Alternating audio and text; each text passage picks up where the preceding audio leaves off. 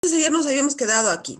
Aquí empieza la parte interesante, porque aquí empezamos en la práctica, cómo debemos transfundir, cuánto, qué onda con la transfusión. Entonces vamos a ver todo esto, ¿ya? Primero tenemos el hemocomponente más solicitado en cualquier hospital del mundo, que es el concentrado de glóbulos rojos. Su sigla universal en español es CGR, concentrado de glóbulos rojos, ¿ya? Es un hemocomponente, como hemos dicho, y que tiene el concentrado de glóbulos rojos, pues obviamente tiene glóbulos rojos, ¿no es cierto? Que llevan la hemoglobina, que es el transportador oficial del oxígeno, ¿verdad? Entonces, usamos una unidad de glóbulos rojos básicamente cuando necesitamos oxígeno suplementario, ¿verdad? Cuando el paciente tiene una anemia que no le está permitiendo oxigenar adecuadamente su cuerpo. Son eritrocitos concentrados que se obtienen por centrifugación, ya lo hemos visto cómo. El volumen es más o menos 350 ml, tiene un hematocrito de más o menos 60%, dependiendo cómo estaba el donante. También obviamente tiene un poco de plasma, porque si no sería una pasta, ¿verdad? Tiene un poco de plasma y un poco de plaquetas, pero nada significante, ¿verdad? Función. Su función es, nuevamente repetimos, capacidad de transporte de oxígeno. Entonces, ¿cuándo vamos a utilizar glóbulos rojos, chicos? Cuando el paciente tenga dificultad en transportar el oxígeno con una anemia. ¿Qué dice la literatura? Dice que la anemia, acuérdense cuando han llevado anemias antes, la anemia se divide básicamente en tres: anemia leve, moderada y grave, ¿no es cierto? Se habla de anemia leve entre un nivel mayor a 10 hasta 13, que es nuestro nivel normal en Cochabamba, 13,5, moderada de 7 a 10 y grave menor a 7, ¿verdad? Una anemia grave menor a 7, nadie les va a discutir que utilicen transfusión de glóbulos rojos, porque obviamente es una hemoglobina que puede ocasionar síntomas graves de anemia. ¿Cuáles son los síntomas graves de anemia? Más allá de la cefalea, el dolor de cabeza, el cansancio, la palidez, todo eso que son síntomas leves, la anemia puede terminar en taquicardia, disnea e infarto de miocardio. Entonces, cuando la hemoglobina está menor a 7 y tiene estos síntomas, es imperativo transfundir. No vamos a lograr ningún resultado, digamos, pronto, ni con hierro de alta dosis, ni con hierro bioral, ni nada por el estilo. Son situaciones en las que debo acudir a algo que me lleve rápidamente más proporción de oxígeno y más distribución del oxígeno. Y lo único va a ser ponerle glóbulos rojos de otra persona con hemoglobina de otra persona. Bien, entonces, ¿sirve para subir la presión? No. ¿Sirve para mejorar el volumen? No. Sirve para mejorar la oxigenación. Hemoglobinas menor a 7 le puedo transfundir sin ningún tipo de problema, siempre evaluando clínicamente cómo está. Entre 7 a 10 debo pensar bien si lo voy a transfundir o no, sabiendo todos los efectos adversos que finalmente o los riesgos que conlleva una transfusión, y mayor a 10 debería no transfundir, ¿verdad? Esa es la verdad, porque mayor a 10 se supone que es un paciente que poniéndole en reposo y un poco de oxígeno lo puedo compensar sin ningún problema. ¿De qué va a depender mi decisión? Dice, criterio clínico. ¿Cuál es el criterio clínico? El criterio clínico es simple, ¿no? Si un paciente tiene síntomas de anemia severos y anemia, obviamente, tiene criterios de transfusión. Por ejemplo, hemos hablado muchas veces con los grupos en práctica tratando de imaginarnos escenarios. Por ejemplo, un niño que viene del Chapare con una hemoglobina de 5, de 4, a veces vienen esas guaguas, que el chico está perfecto, está correteando por todo el consultorio, no tiene ningún síntoma aparente de anemia, porque seguramente la anemia es crónica. Entonces, seguramente esa anemia ha sucedido en años de malnutrición y en años de parásitos y en años de todo. Entonces, probablemente ese niño clínicamente estable, aunque tenga 5 de hemoglobina, si puedo observarlo de cerca, si puedo tenerlo todos los días en el consultorio de control o día por medio, le daré hierro y trataré de subirle con hierro a sus niveles normales. Está bien, es mi criterio clínico, ¿no es cierto? Diferente, por ejemplo, a una persona, un varón de 40 años, que tenía la hemoglobina perfecta el sábado pasado y que tuvo una hemorragia digestiva terrible, ¿no es cierto? Y que hoy me llega a la consulta agitado, disneico, taquicárdico, refiriendo opresión precordial, y le mido la hemoglobina y tiene hemoglobina de 11. ¿Cómo puede ser con hemoglobina de 11 que tenga tanta sintomatología? Porque probablemente esa persona tenía hace 3 días una hemoglobina de 15, que es lo habitual acá, ¿verdad? Entonces ha bajado 4 puntos en 3 días de una manera brusca. Entonces mi criterio clínico me dice que esa persona, a pesar de tener una anemia leve, en teoría, debo transfundirlo porque no está logrando transportar el oxígeno como debería, ¿me entienden? Entonces, no hay que regirse en esa regla de oro que dice menos de 7 siempre, de 7 a 10 pensarlo y mayor a 10 mejor nunca, no hay que regirse en eso, hay que usar el criterio clínico, pero eso es una buena orientación, ¿verdad? En todo caso, obviamente usted si tiene un paciente estable con hemoglobina mayor a 10, siempre busquen otras opciones porque la transfusión tiene sus efectos colaterales también, ¿ya? Pero los glóbulos rojos se usan para corregir o mejorar la oxigenación, no para otra cosa, no para llenar volumen, no para subir la presión, ni nada por el estilo. Vamos a ir a la práctica. Esta es una unidad de glóbulos rojos de nuestro hospital, de nuestro banco de sangre. Acuérdense que hemos dicho que en Bolivia o en el sistema de sangre dice que todas las unidades deben venir de un banco de referencia de cada ciudad, o uno o dos bancos que hay máximo en cada ciudad, ¿no es cierto? Entonces siempre debemos buscar ese logo y esa garantía, porque eso me habla de que han seleccionado bien al donante, que han hecho bien las pruebas de serología, que han hecho buena inmunohematología, entonces me está hablando de que tiene calidad la bolsa, ¿no ve? O por lo menos que puedo echar la culpa a alguien. Entonces tiene que tener su identificación. Tiene que tener un código de barras. Acuérdense que este código de barras está en todas las bolsas que han salido de un mismo donante, en la tubuladura, porque los estudios que se hacen, por ejemplo, las serologías, la determinación de grupo sanguíneo, la compatibilidad que vamos a hacer en el hospital para pasarle la sangre a este paciente, nunca va a ser pues de la bolsa principal, no es que vamos a pinchar cada vez que querramos la bolsa, sino se va a sacar de la tubuladura, porque la tubuladura tiene el mismo contenido, o sea, se encargan de que tenga el mismo contenido y también se encargan de que tenga la identificación con la tubuladura. Por eso es que el código de barras es súper importante, ¿ya? Aquí tiene la identificación CGR, ¿no es cierto? El número de donación y algo muy importante. Dice que esta unidad había sido donada el 29 de abril del 2020, ¿no ve? Y vence el 2 de junio del 2020. Entonces tengo todo mayo que está durando. Tiene más o menos 35 días de duración. Ese es el tiempo que después de ser donada dura una unidad de glóbulos rojos en conservación adecuada, ¿no es cierto? Ya vamos a ver cuál es.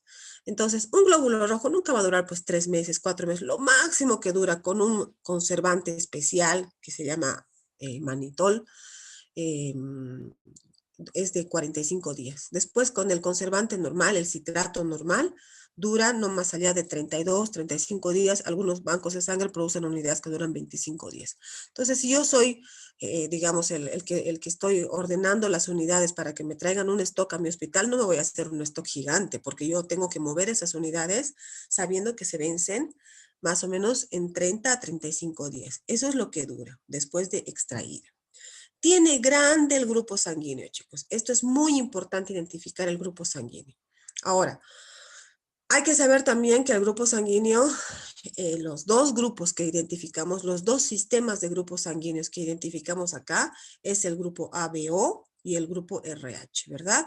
Pero no son los únicos sistemas de grupos sanguíneos que tenemos en el cuerpo. Nosotros tenemos más de 29 sistemas de grupos sanguíneos. No se identifican todos porque dice que todos los demás son antigénicamente más débiles. ¿Qué quiere decir? Que si tienen alguna, si son diferentes entre persona y persona, no provocan una reacción antigénica tan grave como el ABO y el RH, ¿ya? El ABO es el más importante, el más terrible, el más complicado, porque es una inmunoglobulina IgM grande, entonces va a causar una reacción inmunológica seria, ¿no es cierto? ¿Y por qué además también? Porque acuérdense que el ABO es un azúcar, ¿no es cierto? Entonces es un antígeno ubicuo, o sea, está en muchos lugares del cuerpo, incluso en la comida. Entonces uno ya está sensibilizado para el grupo ABO, ¿no es cierto? Entonces, la primera vez que se equivoquen en ponerme mi grupo ABO, voy a hacer una reacción hemolítica terrible y puede ser mortal y me puede llevar a diálisis por la hemólisis que va a causar, por el ataque de los anticuerpos que voy a generar por poner un antígeno diferente, ¿me entienden? Entonces, mucho ojo con el grupo ABO porque es el más peligroso, el más peligroso. Tengo el antígeno A, el antígeno B, AB, y se llama O por no llamarle cero, porque en realidad el O es que no tiene ningún antígeno, sería cero positivo, pero vieron que se confunde con la cero positividad de los virus, entonces por eso se llama ABO, no AB0. Entonces, cuando nosotros tenemos para transfundir un grupo ABO, hay que tener mucho ojo para hacer la compatibilidad y que realmente esté yendo a la persona correcta, ¿no? Porque a veces los errores son administrativos, no son errores técnicos. Y el grupo RH, que su antígeno es D, ¿no es cierto? D positivo quiere decir RH positivo. Es un antígeno IgG, es más pequeño, pero también tiene capacidad reactiva inmunológica y tiene capacidad de producir una reacción inmunológica tipo hemólisis importante. Pero lo que tiene de bueno el RH, chicos, es que necesita una presentación o una sensibilización. La primera vez que se va a exponer al paciente a un RH probablemente no pase nada grave porque necesita ser primero sensibilizado. Y la segunda vez sí va a suceder, ¿no es cierto? Entonces, por eso es que nos da, digamos, esta chance, ¿no? Esta tregua de poder la primera vez no pasar demasiado. Una prueba clara de eso es, por ejemplo, las mujeres que son RH negativas y que tienen un embarazo de un bebé positivo por primera vez. Y dicen, no, pero si yo tenía positivo, a mí no me ha pasado nada. Bueno, no le pasó nada la primera vez, pero el segundo bebé que tenga positivo va a sensibilizar y va a ser hemólisis. Por eso se debe desensibilizar a estas mujeres, ¿verdad? Lo mismo puede pasar con una transfusión, por eso es que a veces en situación de crisis extrema, donde viene un paciente O negativo, sangrando, y no tengo ni idea de esos negativos para poderle pasar, podría intentar pasar O positivo para salvar esa vida, ¿no? Pudiendo manejar un poco la reacción. Pero del ABO jamás. El ABO nunca me tengo que equivocar porque puedo matar al paciente, ¿ya? ¿Qué más dice acá? Dice que el volumen de esta unidad es de más o menos 280 ml. Eso va a depender obviamente del hematócrito del donante, ¿no es cierto? Cuanto más hematócrito, menos plasma, cuanto menos hematócrito, más plasma. Entonces va a depender de eso, pero ronda por ahí, ¿no? 250 ml más o menos. Algo súper importante, debe mantenerse almacenado a 4 grados.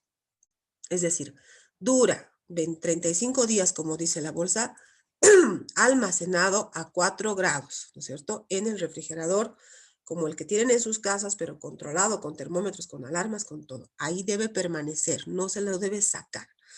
Una vez que hemos sacado de la heladera para hacer los estudios de compatibilidad y transfundir al paciente, no debemos demorar más de 4 horas en hacer que la sangre esté dentro del cuerpo del paciente, ¿me entienden? Sacaré 1 hora para estudios de compatibilidad y luego a transfundir volando, ¿no es cierto? Para que podamos tener ese tiempo de 4 horas que la sangre está relativamente óptima. ¿Por qué? ¿Qué le va a pasar después? ¿Se van a morir los rojos? Es probable que se lisen cuando no estén dentro de la temperatura adecuada. Y lo más grave, puede haber sobreinfección, ¿verdad? Acuérdense que en temperaturas la sangre es un medio de cultivo. Si yo quiero cultivar algo, le pongo sangre y se va a cultivar, los bichos, ¿verdad? Entonces, es peligroso tener las unidades fuera de su almacenamiento original. Después la bolsa dice, aquí dice una cosa bien interesante, dice, este paciente es O positivo, es RH positivo, porque el antígeno D mayúscula es positivo. Pero el fenotipo completo del D mayúscula incluye D, C y E. Entonces, todos podemos ser RH positivo, pero todos somos un fenotipo un poquito diferente.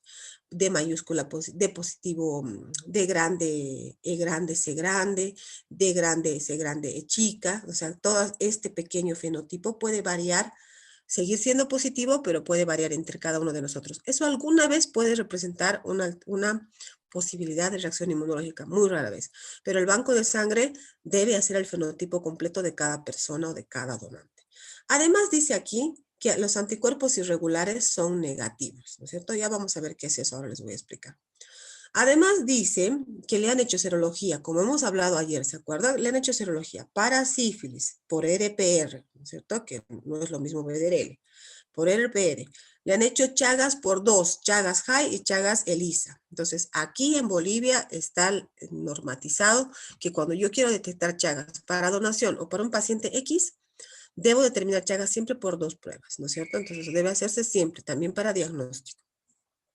Le han hecho hepatitis B, le han hecho hepatitis C y HIV y les ha salido todo negativo y me está diciendo la bolsa clarito. Además, seguramente han guardado un tubito por 10 años para de aquí a futuro ver que esto sea así, ¿verdad? Tiene todas las tubuladuras, los lotes que no esté vencido, etcétera, etcétera, ¿no es cierto? Y otra vez me presenta los códigos de barra que voy a ir a colar también a toda la historia. Ustedes tienen que saber que por cada unidad transfundida hay más o menos 7 registros que debo hacer de cada unidad. Entonces no es un chiste, ¿no? Es algún documento legal. Entonces hemos dicho que estas unidades se mantienen a 4 grados, ¿no es cierto? Estas heladeras a veces vienen con vidrios, ¿han visto? ¿Por qué? Porque cuando es un lugar de mucho movimiento y cada rato tengo que ir a sacar unidades, las unidades se pueden dañar. Entonces por eso es mejor que tenga vidrios para ver qué es lo que tengo y sacar lo que necesito. Incluso a veces en bancos de sangre muy grandes, hay expendedores, ¿no es cierto? Como los que expenden Coca-Cola, Fanta, ¿no? Uno decide de qué fecha, qué vencimiento, bla, bla, y boom, sale la bolsita, ¿verdad? Entonces siempre debe estar a 4 grados controlado con termómetro. Si saco de las 4 grados, no debe permanecer más de 4 horas sin que yo le haya transfundido ya al paciente. No más de 4 horas sin refrigeración. Prever un ingreso a una unidad 3 horas como máximo, o sea, que pase la unidad al paciente en 3 horas o 2 horas con una buena vía endovenosa, porque suele pasar, chicos, que nosotros mandamos todo, ordenamos para 3 horas y sin embargo la bolsa se tapa, o la vía es tan pésima que no entra y vamos al día siguiente a la visita y sigue la bolsa ahí. Entonces, eso es un foco de contaminación importante, aparte esos glóbulos rojos ya no sé ni qué son. Entonces, todo esto tiene que ser previsto. Les va a pasar mucho en su práctica, ¿no es cierto? Los glóbulos rojos o el concentrado de glóbulos rojos es el único hemocomponente que necesita pruebas de compatibilidad in vitro. Quiere decir que antes de pasarle al paciente, debo afrontar los elementos en un tubo, ¿no es cierto? ¿Qué voy a afrontar? Voy a afrontar los glóbulos rojos de la bolsa con el plasma del paciente, ¿no es cierto? Con el suero, con el plasma de la persona a la que voy a transfundir. Y no debería de haber aglutinación porque debería de tener tolerancia, ¿no es cierto? No debería haber ningún antígeno que provoque una aglutinación. Eso se llama eso se dice que la compatibilidad es adecuada. Entonces, compatibilidad in vitro, ok, recién pasa la transfusión. ¿Qué es lo que pasa en muchos lugares en nuestro país? Que los laboratorios de los hospitales no tienen para hacer pruebas de compatibilidad, no tienen servicios transfusionales. Servicios transfusionales debemos tener todos los hospitales que quieran hacer cirugía, terapia intensiva, todo. Por ley debemos tener servicio transfusional que se encarga de hacer la compatibilidad, ¿ya? Pero ustedes pueden llegar a caer a un hospital en Punata, en Clisa, y eso, Punata, Clisa tiene servicio transfusional, pero pueden caer a un lugar más chico, tal vez si tengan necesidad de transfundir. Bueno, este es un problema, porque idealmente debería de haber compatibilidad in vitro antes de transfundir in vivo al paciente, ¿no? Ahí pruebo ABO y pruebo RH. Les hablaba de los grupos ABO y estábamos diciendo que los más importantes son el sistema ABO y el sistema RH, pero miren cuántos sistemas tenemos, MNS, Luther, Angel, Lewis, Duffy, Kidia. Entonces, yo puedo ser B en ABO, puede ser RH positivo, puede ser M mayúscula en MNS, puede ser Luterán positivo, puede ser Lewis negativo, Duffy positivo, no sé, ¿verdad? Entonces, todos los otros, los que no son los grupos predominantes y los grupos antigénicamente importantes como el ABO y el RH, se llaman grupos irregulares. ¿Por qué no preocupan tanto? Porque primero dice que somos muy parecidos todos, que hay muy raritos los que son diferentes. Y segundo, porque son antigénicamente más nobles, ¿no es cierto? No son tan reactivos.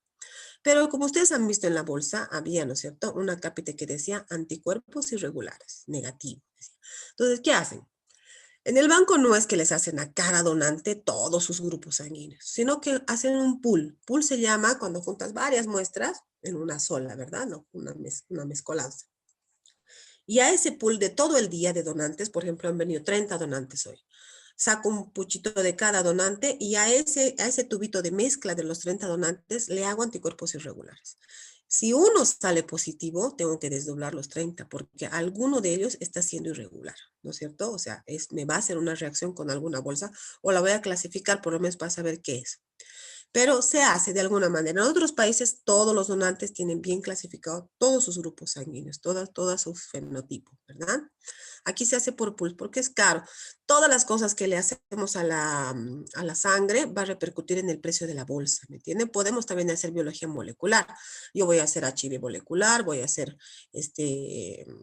hepatitis por PCR, se puede, está bien, pero todo eso repercute en el costo de la bolsa, ¿verdad? Que ya sabemos que ya tiene su costo, ¿no? El costo no es de la sangre que donan, la donación es gratuita, o sea, la sangre es gratis. Si no va a donar, no va a haber sangre. Lo que se cobra en el banco de sangre son todos estos estudios inmunohematológicos, serológicos, de trabajo de separación de técnicos que se hacen a la sangre que está siendo donada. Eso es algo que ustedes tienen que saber. Porque ahora los pacientes dicen, pero yo voy a donar, voy a devolver.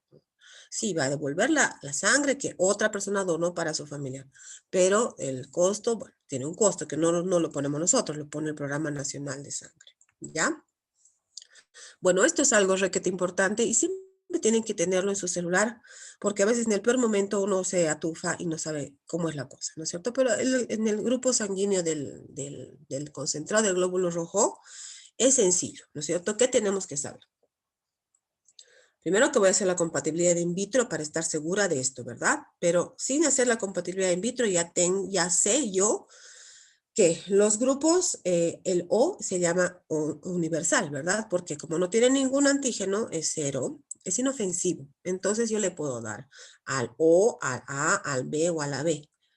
¿Entendido? Pero ojo, el O solo puede recibir de O. Mucho ojo, ¿ya? Entonces, como por suerte hay hartos O's, no hay problema, ¿verdad? Pero el O puede recibir, solamente del O. Mucho ojo con eso, ¿ya? El AB puede donar solo a la B, pero puede recibir de todos. O sea, a la B le viene bien todo, ¿entienden?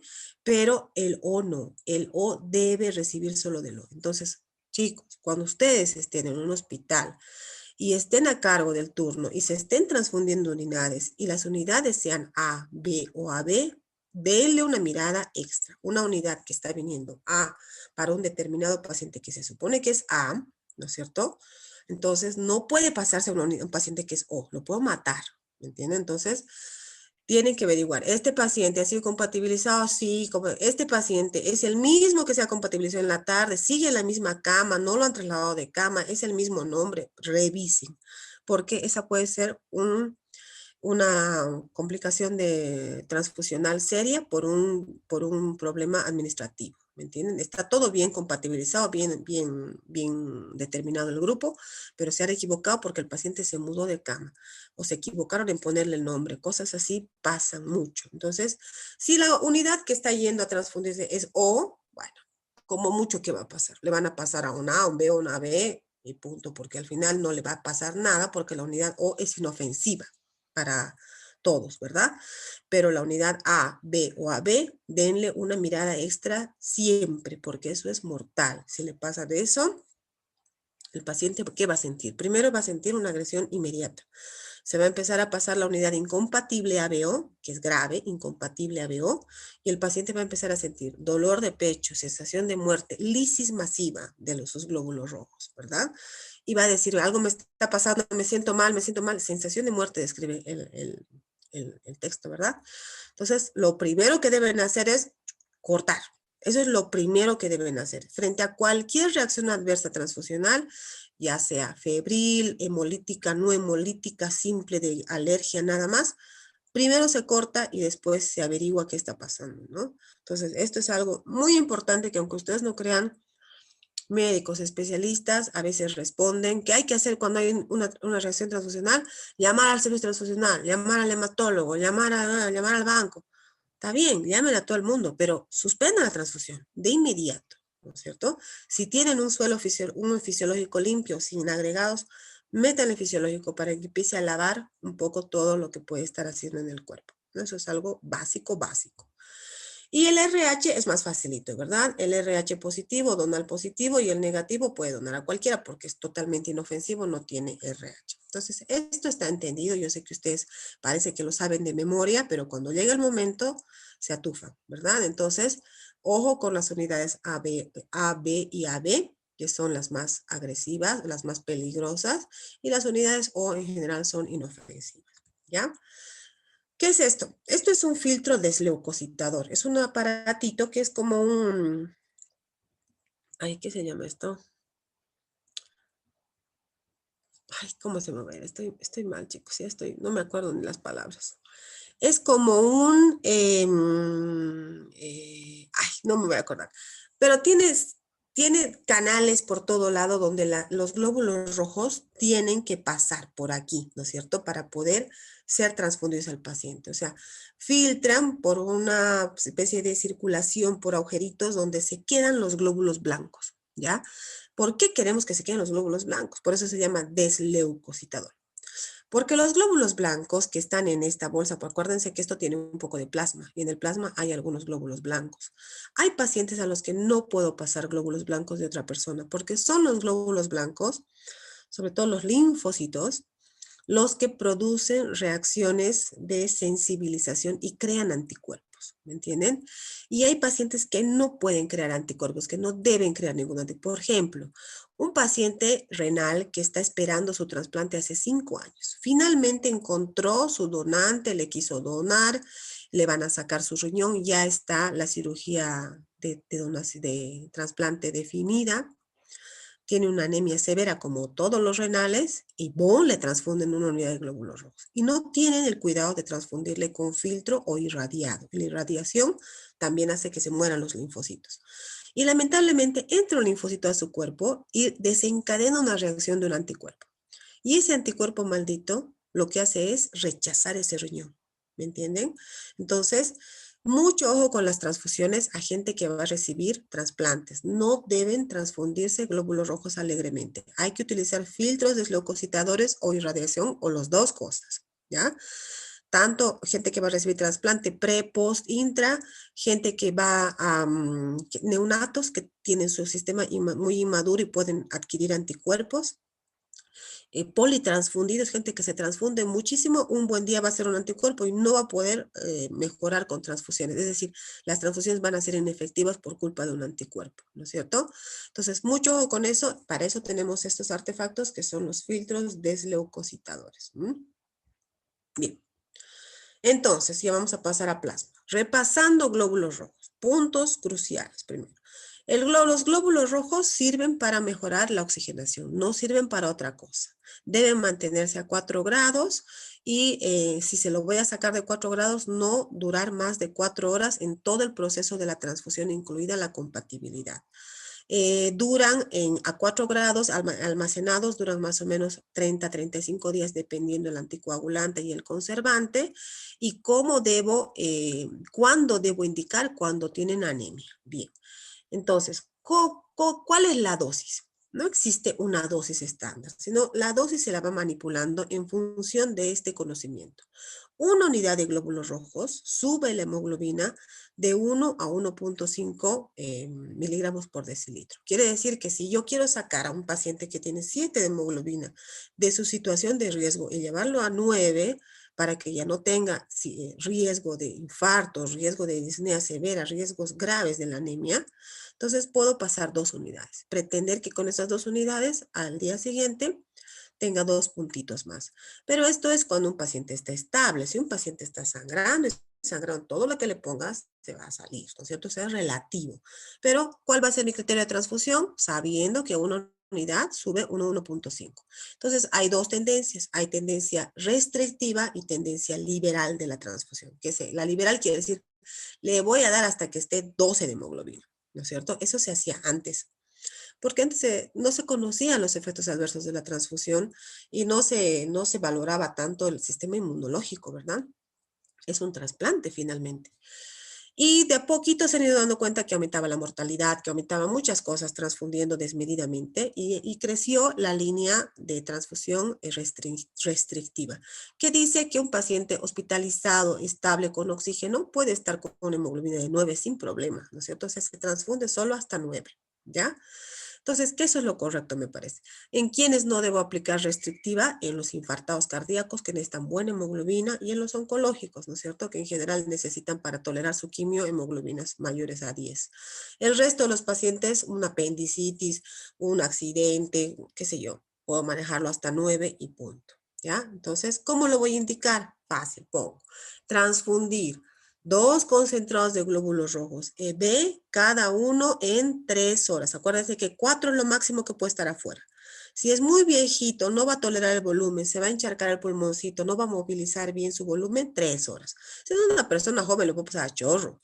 2 horas puedo poner como para poner una indicación correcta. Entonces, transfundir 2 unidades de glóbulos rojos endovenoso, cada una en 2 horas, previa compatibilidad. Siempre tienen que poner eso en los glóbulos rojos. Ya que el hospital no tenga, ustedes lo pusieron. Previa compatibilidad in vitro. Eso es importante. Y también se suele premedicar, sobre todo un paciente que ya ha hecho reacciones febriles, no hemolíticas, febriles simples, o que es politransfundido, o que tiene un cáncer, por ejemplo, va a hacer reacción por citoquinas circulantes, que está muy inflamado, que está en terapia, tal vez es mejor premedicarlo. Se premedica con un poquito de antialérgico y un poquito de corticoide, ¿no es cierto? Y ya está. Está su indicación hecha y con todos los resguardos que tienen que tener. Bien. Ahora, ¿qué otro hemocomponente tenemos? Tenemos el otro, que es el plasma fresco congelado, que es lo que queda, ¿verdad? Después de sacarle plaquetas y glóbulos rojos. Dice que es obtenido por centrifugación o por aféresis, debe ser congelado antes de las 8 horas de extracción. Esto es muy importante. ¿Para qué? Para que conserve sus propiedades. Tiene un volumen más o menos de 200 ml. ¿Y qué tiene este plasma? Bueno, esto es importante saberlo porque el plasma no sirve para subir la presión, no es para mejorar el volumen, no es para nada de eso. El plasma se utiliza cuando el paciente tiene deficiencias en la coagulación, sabiendo que en ese plasma se encuentran disueltos los factores lábiles y estables de la coagulación. Es decir, prácticamente todos los factores de coagulación están disueltos en el plasma. Entonces, lo voy a utilizar en pacientes que no tienen factores de coagulación o que los consumieron por sangrado o porque son hepatópatas, no los producen, porque no está muy bien, del todo bien y hay que ajustar la coagulación.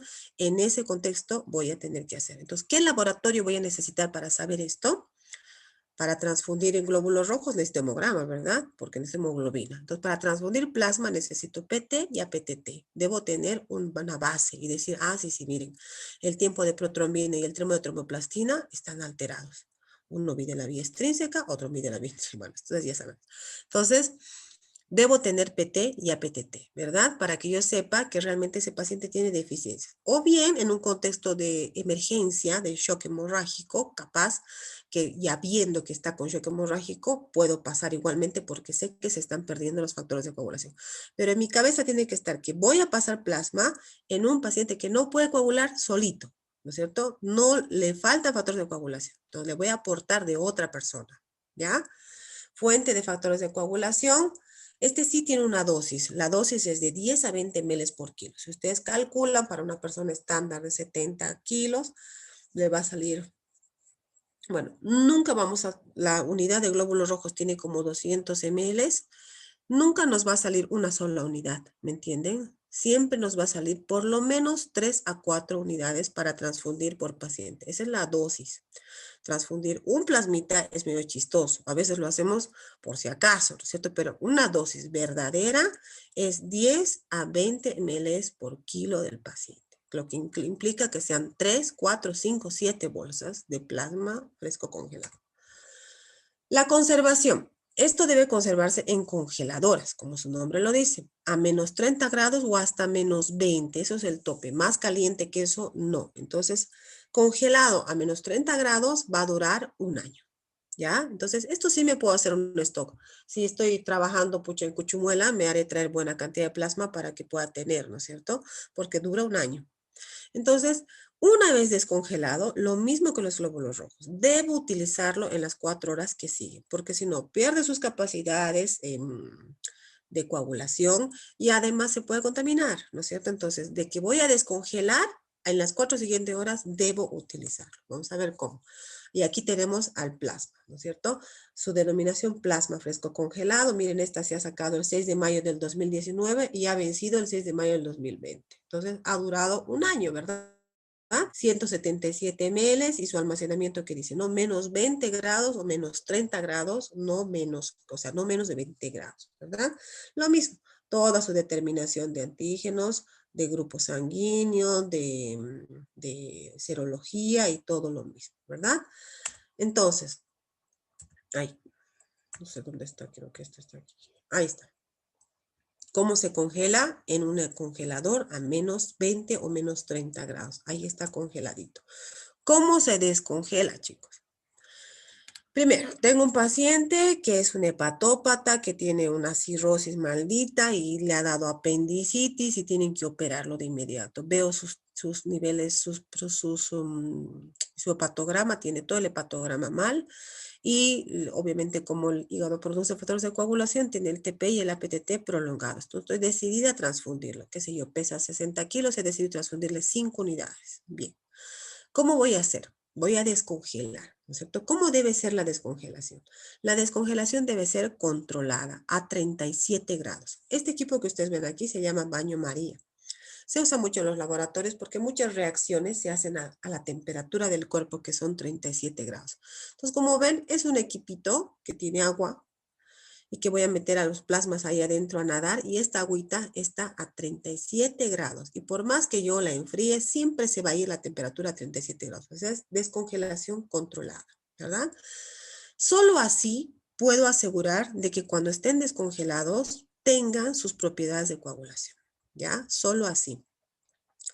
Una enfermera, un bioquímico, un médico puede ser totalmente, ¿qué se llama? Poco ético y puede dejar la unidad tirada en el mesón. Igual se va a descongelar, ¿verdad? Voy a volver en media hora y va a estar descongelada. O puedo apurarme y echarle agua hirviendo, ¿no es cierto? Igual se va a descongelar. El paciente que está recibiendo y se va a mosquear, el médico que ha pedido la unidad ni va a saber cómo se ha descongelado. Pero eso es algo de ética y moral. Debe descongelarse así porque si no pierde sus capacidades de factores de coagulación, de proteínas de la coagulación. Entonces, ¿qué van a hacer cuando ustedes no tengan este equipo de baño María? Bueno, pues muy fácil. Van a agarrar un bañador limpio, van a agarrar un termómetro y van a tratar de llevar el agua entre la caldera y el grifo a 37 grados con termómetro y van a ir descongelando de a una para que no baje mucho la temperatura, ¿no es cierto? Y van a tratar de hacerlo mejor, lo más éticamente que puedan, porque tienen que tratar de hacer de que ese paciente reciba lo mejor que pueda, aunque estén en situaciones que no tengan todo lo que necesitan para descongelar, ¿ya? Una vez descongelado a 37 grados, lo pueden usar en las siguientes 4 horas. ¿A qué dosis? 10 a 20 ml por kilo. ¿En quiénes voy a utilizar? Entonces, en pacientes que tienen dificultades en la coagulación. A la dosis de 10 a 20 ml por kilo voy a descongelar a 37 grados. No necesita compatibilidad, esto va directo. Y cómo lo voy a indicar, sabiendo que no debe permanecer más de 4 horas. Entonces, esto como es más poquito, si el paciente tiene buena capacidad distributiva, puedo transfundir cada unidad en media hora, sin ningún problema. Entonces pondré transfundir 5 plasmas frescos congelados, endovenoso cada uno en 30 minutos. Si quiero premedicar, premedico. Y ya está indicada mi transfusión, ¿ya? Bien, una vez descongeladas, las unidades deben ser usadas de inmediato. El tiempo aproximado para la administración es de 20 a 30 minutos. No necesitan pruebas de compatibilidad. Bueno, ahora, ¿cuál es la compatibilidad universal del plasma? Eso lo hemos aprendido ahora en COVID, ¿vieron? Porque nadie sabía la compatibilidad del plasma. Todos pensaban que era lo mismo que los glóbulos rojos y no, es exactamente al revés, ¿ya? ¿Qué quiere decir?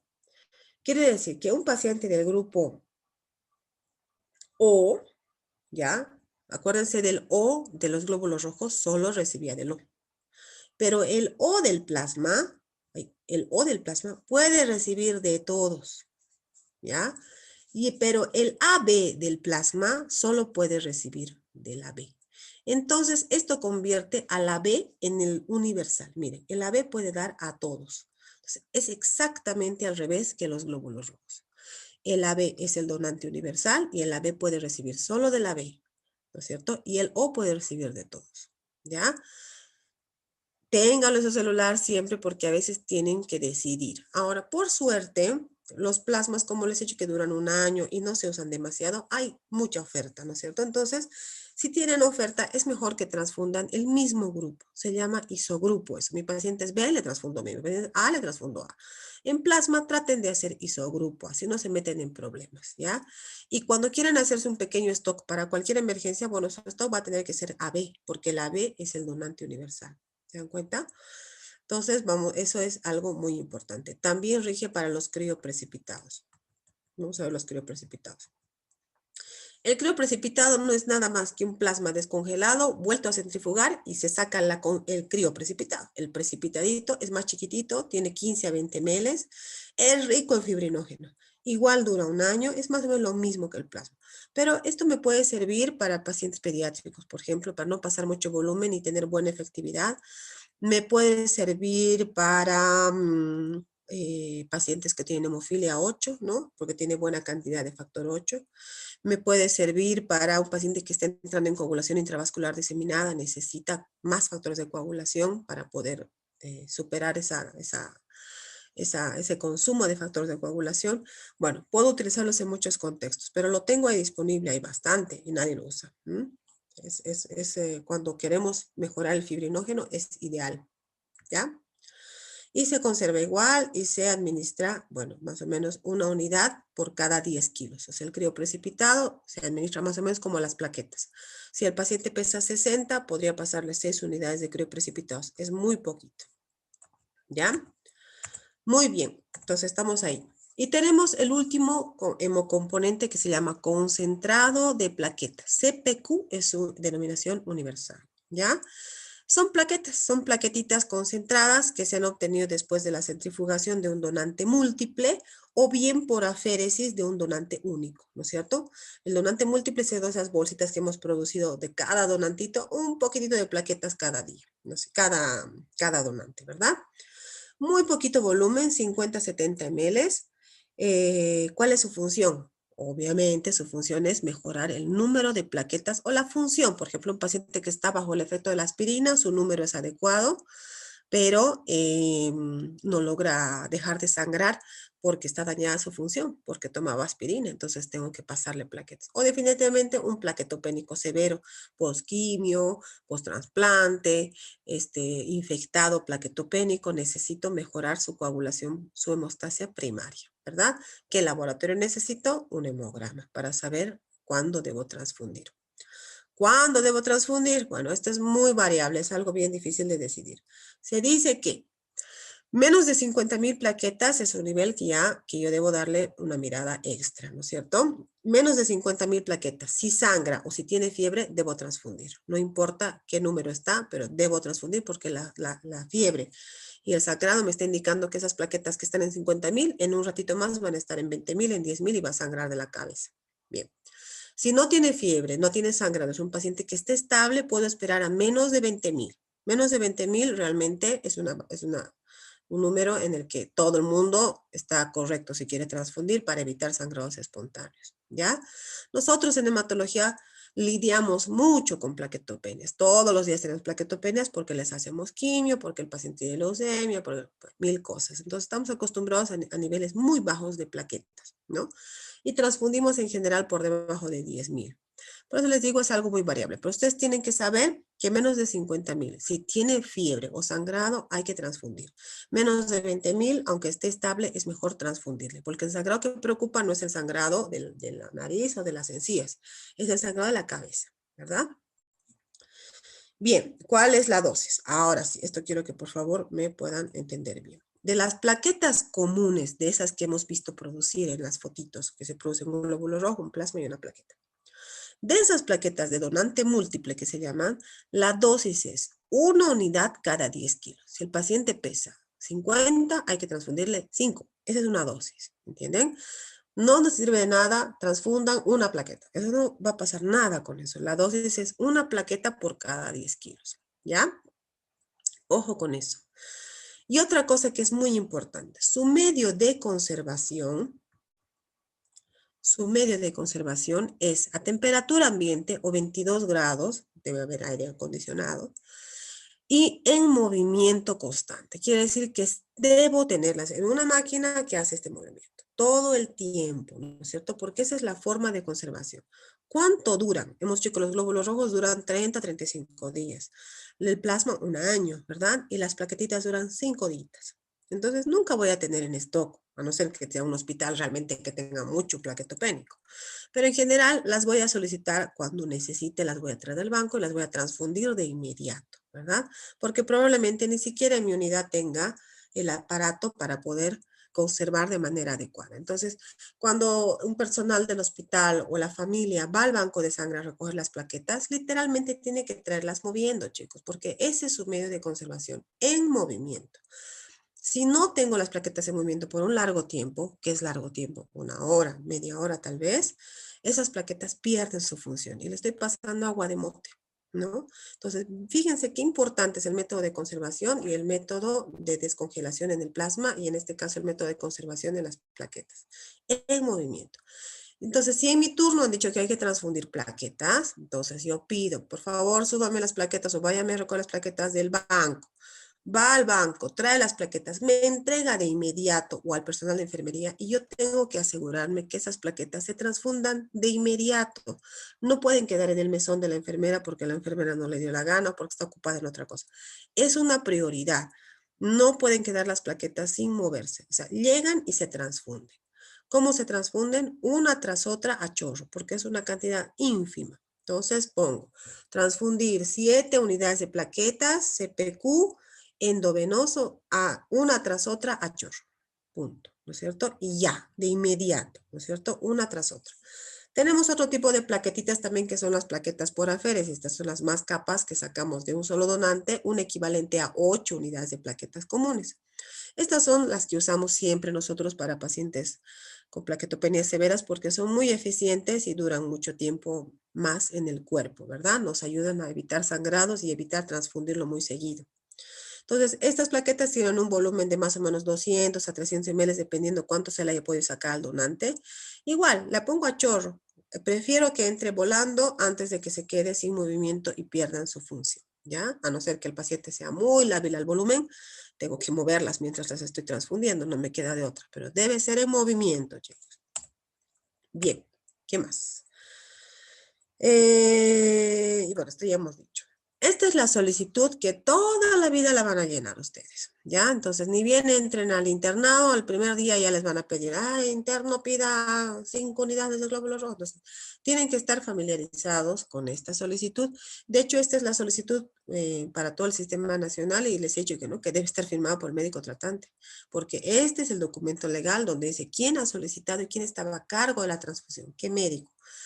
La enfermera se puede rayar, a la enfermera le puede importar un cacahuate, tener cuidado con el grupo ABO. La verdad es que esas cosas pasan en el hospital, pero la persona que tiene la responsabilidad ante la ley es la persona que firmó aquí. Eso es así, ¿no?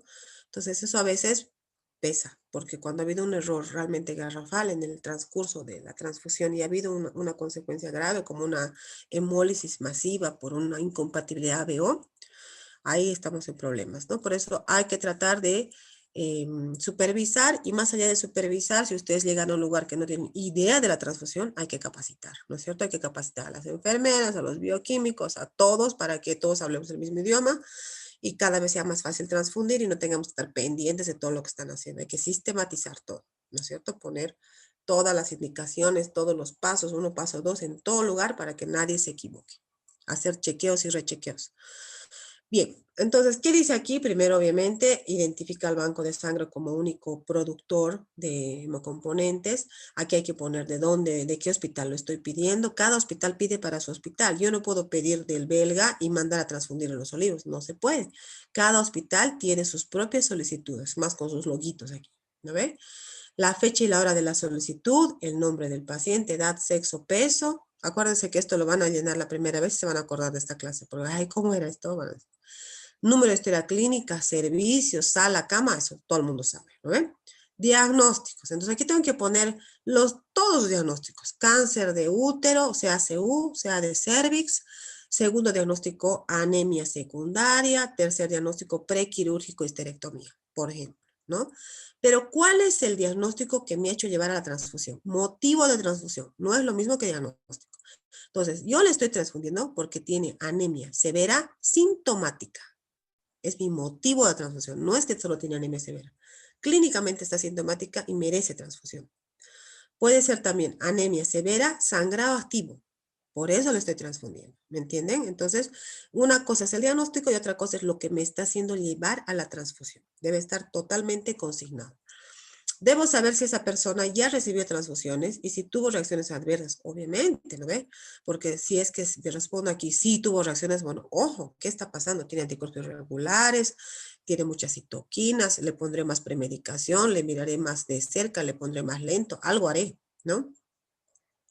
Y también sirve porque en el banco de sangre, cuando ven este dato de que tuvo reacciones, tal vez traten de darme una unidad más joven, una unidad con menos antígenos, ¿no? O sea, algo van a hacer, pensaría yo, por eso nos hacen poner esto, ¿no? Número de embarazos. ¿Por qué es importante el número de embarazos? Porque cada embarazo es una posibilidad de adquirir un anticuerpo, porque el hijo no es de una sola, ¿verdad? Es de otra persona más. Entonces, mi cuerpo puede generar reacciones o anticuerpos a esa mitad del bebé que no era mío, ¿no es cierto? Y en una transfusión que me hagan después de mi embarazo número 9, no mucho, no, número 4, entonces ahí puedo hacer una reacción transfusional porque tengo un anticuerpo ahí que no es mío, es adquirido, pero me está queriendo bloquear la transfusión. Entonces, ojo con las mujeres multíparas. En toda mujer, ya sea multípara, nulípara, en edad fértil, ojo con las transfusiones. Es mejor no transfundir porque esa persona, esa mujer, si es en edad fértil, tiene una vida todavía para exponerse a anticuerpos. Entonces, hay que preferir de cualquier manera usar hierro de alta dosis, eritropoyetina, si se puede evitar la transfusión. Un varón, no la pienso tanto porque, sobre todo un varón que es mayor, digamos, no tiene mayores chances de exponerse a anticuerpos, entonces tengo menos pena, digamos. Pero las mujeres siempre hay que tener una mirada extra, ¿ya? O sea, hay que poner el grupo sanguíneo, consignar y todos los laboratorios, ¿no? Aquí tiene que reflejarse por qué le estoy pidiendo, las unidades que le estoy pidiendo. Si es de urgencia, si debe ser en el día, si puede ser programada para una cirugía, por ejemplo, ¿no? ¿Y qué voy a pedir? Miren toda la oferta del banco de sangre. Dice que esto está mal, ¿no? Sangre total, acuérdense que no existe eso, ya no es producto, ya no está disponible en ninguna parte del mundo. Puede haber concentrado de glóbulos rojos. Antes había concentrado de glóbulos rojos lavados. Quiere decir que querían sacarle estos linfocitos de los que hemos hablado, ¿no? El plasma en realidad. Pero con los filtros desleucocitadores y la irradiación, la verdad es que se prefiere no lavar porque es un procedimiento de mucha contaminación. Lavar es así como dice su nombre, le meten fisiológico y lo sacan, le meten medio cochino, ¿no? Concentrado de plaquetas, plasma fresco congelado, plasma refrigerado. El plasma refrigerado solamente tiene albúmina. ¿Mm? Y el crío precipitado, ¿no? Entonces firmo, nombre, sello, matrícula, quién es, está chao esta persona si pasa algo. Así es. Entonces tienen que tener mucho cuidado con las transfusiones y esta hoja la van a llenar cientos de veces y se van a hacer cargo cientos de veces de la transfusión y a veces sin saber leer ni escribir, como los que no han venido a la teórica, ¿no? Bien. ¿Qué reacciones transfusionales puedo esperar? Este es un capítulo gigante, sé que no vamos a dar todo, ¿ya? Pero hay agudas y tardías. Las tardías imaginarán que son todas las enfermedades que me puedo transmitir por una transfusión mal controlada. Un desastre, ¿verdad? Y también el desarrollar anticuerpos también es una macana, ¿no? Porque eso me puede perjudicar en alguna cosa biológica. Incluso puedo desarrollar alguna enfermedad inmunológica, ¿no? Y de las agudas hay leves que son bien comunes. El paciente empieza a tener un poquito de escalofríos, le corto siempre, le doy antialérgicos y espero a ver qué pasa, ¿no es cierto?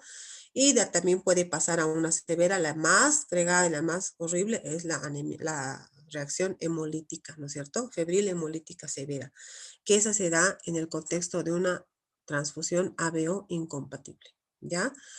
Siempre acuérdense, cualquier reacción, hasta la más sonsa reacción, hasta la más grave, lo primero es suspender la transfusión y si tienen fisiológico, pasarle fisiológico.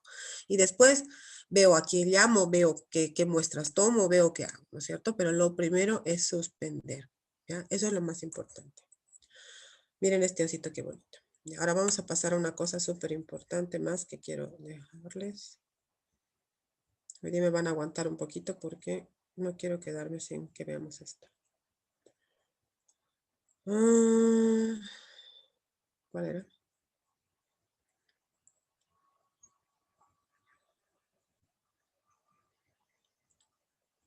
Pero quiero que sepan una cosa. Todo lo que estamos hablando de transfusión es en un contexto controlado. Un paciente estable, ¿no es cierto? Le voy a transfundir tanto, voy a calcular, voy a descongelar, voy a ver cómo le va al día siguiente. Es un paciente estable. Tiene anemia, tiene alteración en la coagulación, pero no es una situación crítica y una situación de muerte, ¿no es cierto? Entonces, es muy diferente. Ahí siempre voy a decir, no, mejor no transfundir, la mejor transfusión es la que no se hace, hay que preservar a la inmunología del paciente, la transfusión tiene efectos adversos. Eso es, todo ese concepto está totalmente admitido en una transfusión controlada en paciente estable. Este es otro contexto. Esto es transfusión masiva en choque hemorrágico. Quiere decir que hay situaciones en las que debo transfundir hasta morir, literalmente, porque si no, el paciente no va a salvar su vida, ¿ya? Y ese contexto es el choque hemorrágico. Entonces, saben que el choque hemorrágico es una emergencia médica que puede ser por accidentes de tránsito, puede ser por múltiples situaciones traumáticas, pero acuérdense que el contexto más frecuente de choque hemorrágico se da en los quirófanos, ¿no es cierto? El quirófano es el lugar donde hay más choque hemorrágico por una cirugía que no se pensaba que iba a ser así, por un tajo mal hecho, por un cáncer que no sabían que era, por una ginecológica que no ha podido contraer el útero. Entonces, eso se da en el quirófano. Entonces, hay que estar listo en una situación de quirófano para ver cómo vamos a transfundir. Entonces, lo primero es reconocer el choque hemorrágico. Entonces, cuando identificación temprana, ¿verdad? Cuando hablamos de choque hemorrágico, yo me acuerdo que los conceptos son bien chistosos porque dice clase 1, clase 2 y la verdad que la literatura a veces es un chiste porque dice que el clase 4, cuando debo activar transfusión masiva, es cuando ha perdido más de 2 litros. Pero ¿cómo yo sé que ha perdido más de 2 litros? ¿No? El paciente llega con una bala en su cabeza y no sabes qué ha pasado. Entonces, son conceptos que si bien están correctos, son imposibles de aplicar, ¿se dan cuenta? Entonces, no solamente lo decimos nosotros, toda la gente que vive, los médicos de milicia, que son los pioneros en ver todas estas estrategias para que no se muera la gente desangrada, se dan cuenta que hay que usar parámetros clínicos, ¿no es cierto? Fáciles de reconocer, de decir, esto es un choque hemorrágico, eso, necesito transfusión masiva, porque van a ver que la transfusión masiva es masiva de verdad, ¿no? Es un reto para un hospital, para un servicio transfusional. En Bolivia nunca he visto una estrategia de transfusión masiva. ¿Mm? Entonces, de a poquito han ido viendo que todas las escalas, por más que las trataban de simplificar, eran complicadas, porque hasta que le haga un hemograma, hasta que le haga una gasometría, hasta que le haga un laboratorio básico, o sea, está bien, son correctos parámetros, pero no voy a alcanzar, el paciente va a morir mientras yo le esté pidiendo las cosas y firmando papeletas. Entonces, hay factores predictores clínicos que yo creo que son muy facilitos de aprender. Este, por ejemplo, es uno que se usa muchísimo. La gente que está en la emergencia, que a ustedes también les va a tocar algún rato, que tiene cosas bien fáciles. Miren, por ejemplo, dice, acceso a la presión arterial, ¿ya? Dice que una presión sistólica menor a 90 es un puntito, ¿ya? O sea, voy a calificar con puntos. Si su presión sistólica está menor a 90, grave, y ahí le pongo un punto. Si su frecuencia cardíaca está más de 120, grave, le pongo otro punto. Si tiene mecanismo penetrante, o sea, está en quirófano, es mecanismo penetrante. Viene con un cuchillazo en su barriga, es mecanismo penetrante, ¿me entienden? Entonces, fácil de darse cuenta. Un puntito. Y esto que es algo que todos nos hacemos a los locos, en mi época ni nos dejaban tocar el ecógrafo en la emergencia, pero hoy por hoy la ecografía es prácticamente un signo vital más, chicos. Tienen que saberlo manejar. Ustedes cuando estén en un contexto hospitalario, al lado de gente que maneja la ecografía, háganse enseñar por lo menos a reconocer el sólido de líquido, líquido de sangre, ¿no es cierto? Porque esto es algo que todos debemos saber hacer en nuestra formación básica de médicos generales, utilizar un ecógrafo para poder dar un diagnóstico gigantemente básico. ¿no es cierto? Dice que cuando con la ecografía, que está en todas las emergencias, encuentro fluido positivo en la cavidad abdominal, es otro punto, ¿ya? Entonces, haciendo estas 4 cosas, yo sé que si tengo 2 puntitos, hay 38 posibilidades que necesite transfusión masiva.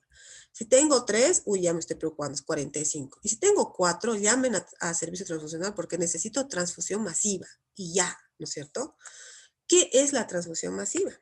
Bueno, la transfusión masiva es esto. Por cada unidad de glóbulos rojos, CGR, le voy a pasar un plasma fresco congelado y una dosis de plaquetas. Quiere decir que si tengo plaquetas comunes serán 7, 6, dependiendo cuánto pese el paciente, una cada 10 kilos. Y si tengo plaquetas de aféresis, será una de plaquetas. ¿Me entienden lo que significa? Es grave. Quiere decir que por cada glóbulo rojo, un plasma o 2, dicen algunas escuelas, y una dosis de plaquetas. Entonces le voy a traer transfusión masiva, sale la primera dosis, boom, boom, boom, boom, le paso los 3. El de transfusión ya ha vuelto porque tiene que traer otra, ¿no es cierto? Y ha llamado al banco porque necesita otra más. Entonces, ¿hasta cuándo le voy a pasar esta transfusión masiva? Hasta que el paciente salga o hasta que el paciente se muera. Así, literal. Entonces puedo pasar 40 unidades y las debo pasar porque estoy reconociendo un choque hemorrágico y estoy reconociendo que debo pasar transfusión masiva. Entonces, ven, es el otro contexto, ¿no es cierto? El contexto totalmente opuesto, donde la transfusión no se mide, se da. Obviamente, paralelamente a esto, pues el cirujano tendrá que cerrar el agujero, el terapista tendrá que equilibrar ácido-base, habrá que llenar fluidos, o sea, hay que hacer todo, ¿verdad? Temperatura, pero en el área de transfusión lo que debemos hacer es mantener esta estrategia hasta que el paciente salga o hasta que el paciente se muera. Así de sencillo, ¿ya? Eso es lo que necesito que ustedes conozcan. Ahora, obviamente, yo que soy hematóloga, he vivido muy pocas veces el contexto de un choque hemorrágico con esta estrategia, donde se ensaya esta estrategia en los hospitales grandes, en Bélgica, que tiene una cultura de transfusión muy grande y un servicio transfusional impecable. Estas transfusiones masivas se ensayan, así como ensayamos reanimación cardiopulmonar, ¿no es cierto? El equipo viene y ensaya, hay simulacros, igual hay simulacros de transfusión masiva. Pero tengo que decir que yo la verdad he vivido muy pocas veces este contexto. Pero ¿qué vivimos muy a menudo, chicos? ¿Qué vivimos muy a menudo? Vivimos, por ejemplo, que hemos evaluado a un paciente de manera correcta para entrar a quirófano, tenía todos los parámetros que ya ustedes han conocido, correctos, el paciente estaba apto para una cirugía, pero en la cirugía sucede algo, ¿no es cierto? O encuentran un tumor, o arrancan un tumor, o pasa algo y el paciente se está desangrando, ¿no es cierto? Entonces, el anestesiólogo comienza a pedir glóbulos rojos. Dice, necesito glóbulos rojos urgente porque estoy en hemorragia, ¿no? Entonces, ahí uno tiene que parar las orejas como conocedor de la hematología o hematólogo. Tiene que decir, bueno, a ver, ¿cuánto está sangrando el paciente? No, es que no para de sangrar. Bueno, si el paciente está en un contexto de sangrado, tal vez no sea un choque hemorrágico todavía, pero está en un sangrado masivo, entonces debo recomendar a la persona que está a cargo de eso que además de transfundir glóbulos rojos, chicos, que le pase, por favor, plasma y plaquetas. Si no tengo plaquetas, pásenle glóbulos rojos y plasma. Porque si solo paso glóbulos rojos, lo único que voy a lograr es seguir diluyendo el plasma de este paciente y menos factores de coagulación va a tener. Entonces, este concepto de choque hemorrágico tal vez no lo usemos nunca tal cual, pero podemos utilizar un estadio intermedio, es decir, todo paciente que sangra activamente necesita reposición de glóbulos rojos, sí, pero lo que más necesita es reposición de plasma, de factores de coagulación. Y si tengo plaquetas, pásenle plaquetas. ¿Para qué? Para mejorar la hemostasia primaria, mejorar la hemostasia secundaria y luego mejorar la anemia, ¿verdad? Entonces, eso les va a servir porque va a haber gente que va a sangrar mucho delante de ustedes y si tienen la posibilidad de ayudarse con transfusión, ayúdense de las 2 o de las 3 cosas, no solamente glóbulos rojos. ¿Ya? Ya me han hecho cansar. Yo creo que eso es todo. A ver, espérenme. Esto no, esto ya hemos visto. Bien. Y después quería mostrarles, espérenme un ratito. Espérenme, no se vayan.